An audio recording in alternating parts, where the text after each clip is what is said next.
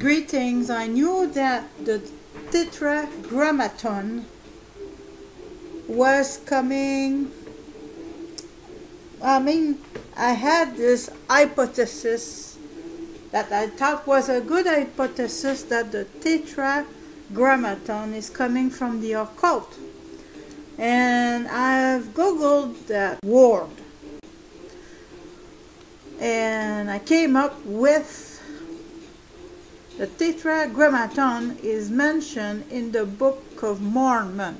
And for those who know the Mormons, they know that their leader was a 33rd degree Freemason. There is the title of it, the Heaven of Heavens Cannot Contain Thee.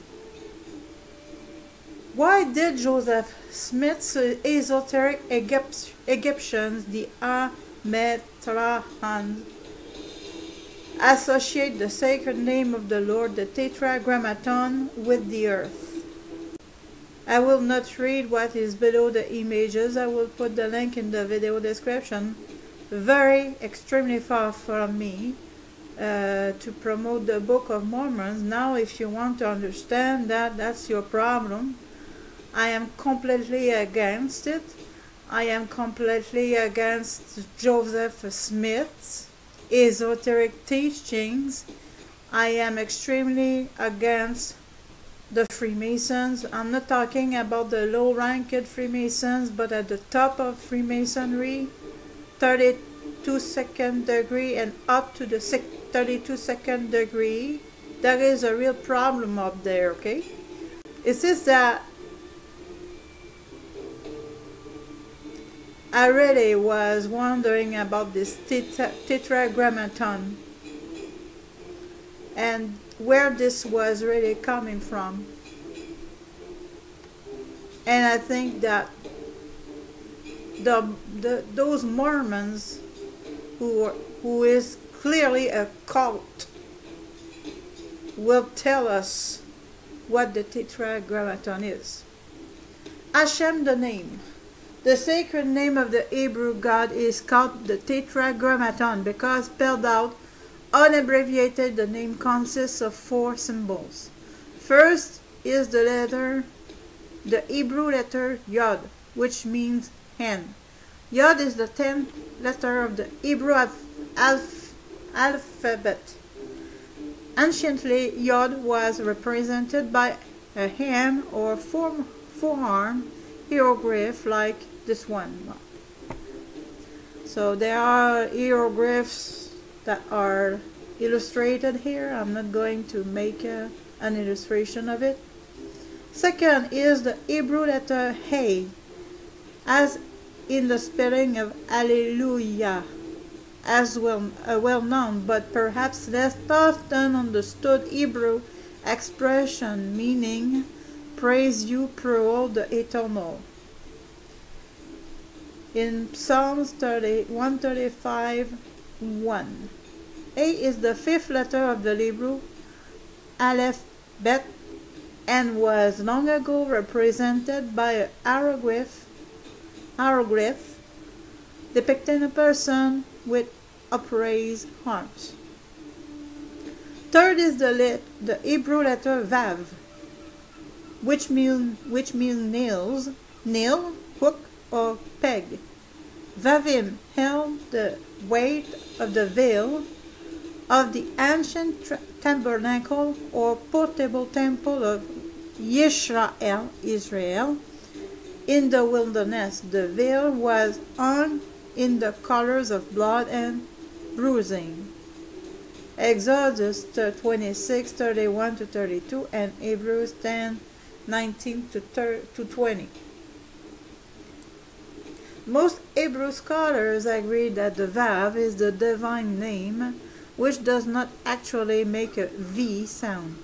Vav can make the sound of O or U. The Vav is the sacred name that probably pronounced. I cannot pronounce it anyways, it doesn't matter. No mortal scholar knows for certain exactly how the name was pronounced, so there you have it. The sacred name ends with a second hey. But is this hey really the end? Arranged in a circle which has no beginning or end, the four symbols can be read YHWH continuously. With the definite article A in front, the expression can be interpreted to mean the one, he, who will ever be. Alternatively, the circular writing can be read Aya, Vi, Aya, Vi, Aya, endlessly, meaning he was and he was and he was. Thus, from everlasting to everlasting seems to be implicit in the divine name. It is in Psalm 98, 1-2 and 135, 13.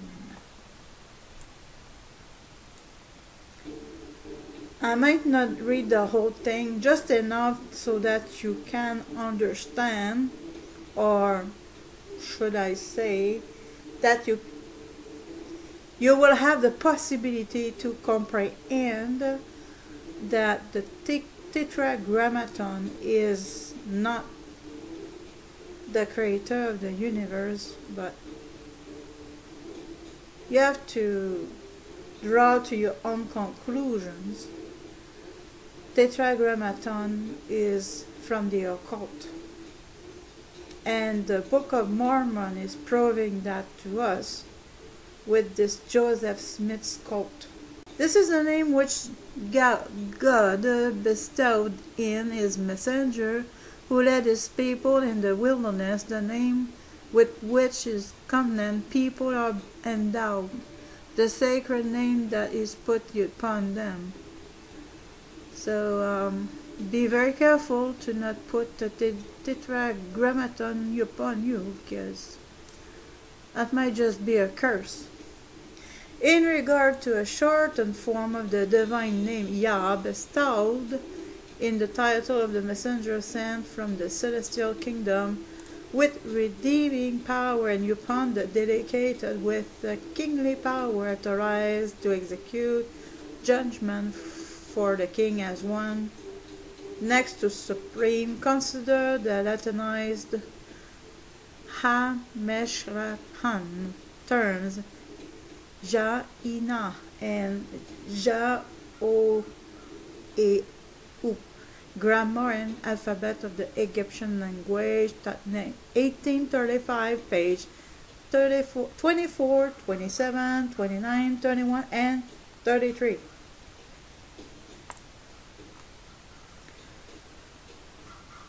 It should be clear that Yah in these arcane titles intentionally relates to the theonym. The letter J is, in such cases, is a translator's convention, a substitution. There's really no J. There is no J in Egyptian or Hebrew. Take a look at Psalm 68:4. I'm not going to read it. Alors, so they call him the prophet. He is far from being a prophet. He is a false prophet. Joseph Smith said, were I an Egyptian, a-mesh-tra-han, I would exclaim Yah. Here the so-called prophet inserted a close imitation of the Tetragrammaton. Anish go on dosh, floes floisis ho hurt, the power of attraction and the moon passing between her and the sun. A Hebrew, o Elohim Yero, a Greek, o Theos Phosisi, a Roman, Dominus Regic me, a German, God Gebre, etc., whatever. A Frenchman, Dieu défend le droit, but as I am, I give God the glory, and say in the beautiful figure of the poet, etc., etc. I just want to bring to your attention that the Tetragrammaton is coming from occult source. According to the so-called prophet, taking the point of view of an Ameshtrahan, Tetragrammaton. Okay. I don't want to read this. It's not interesting. According to, okay, so Joseph Smith's published statement correlates well with what his scribes W. Fox and Warren Parrish recorded in the grammar and alphabet of the Egyptian Ameshtrahan language, 1835. In what follows, the gentle term planets, a term Abraham would not have used, should be replaced with the biblical Hebrew term mazalot, stars of fortune, abodes of gods. It's true that mazalot is translated planets in 2 Kings 23:5, but mazalot may also connote constellation, group of stars of a zodiac.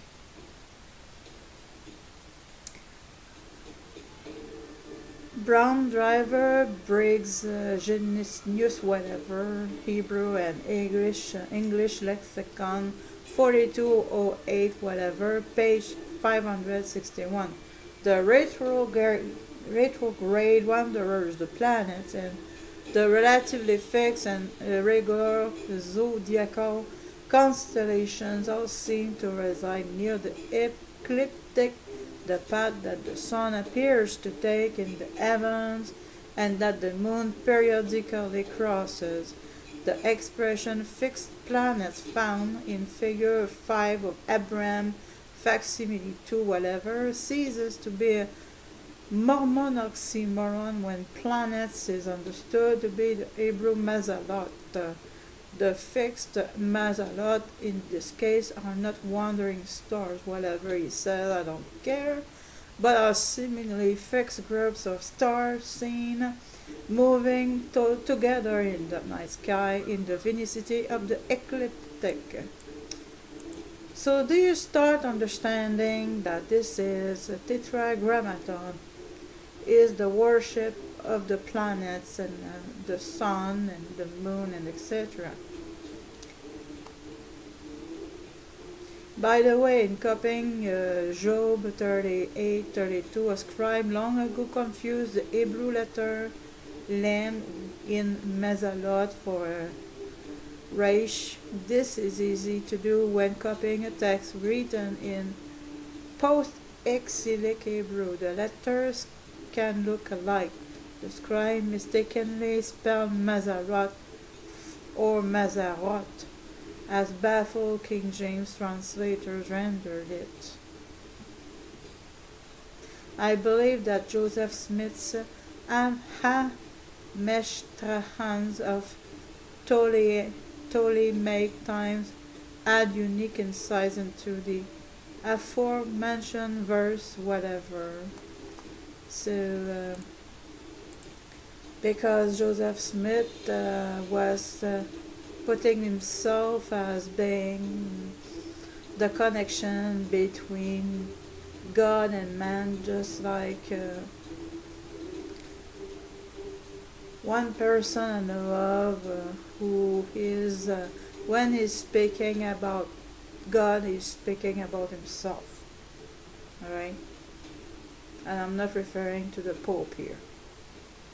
There are a few little popes out there, and mine is particularly popish and holier than thou. I think I will stop reading because it says enough to prove that the Tetragrammaton is really not what people think it is. And thanks for listening.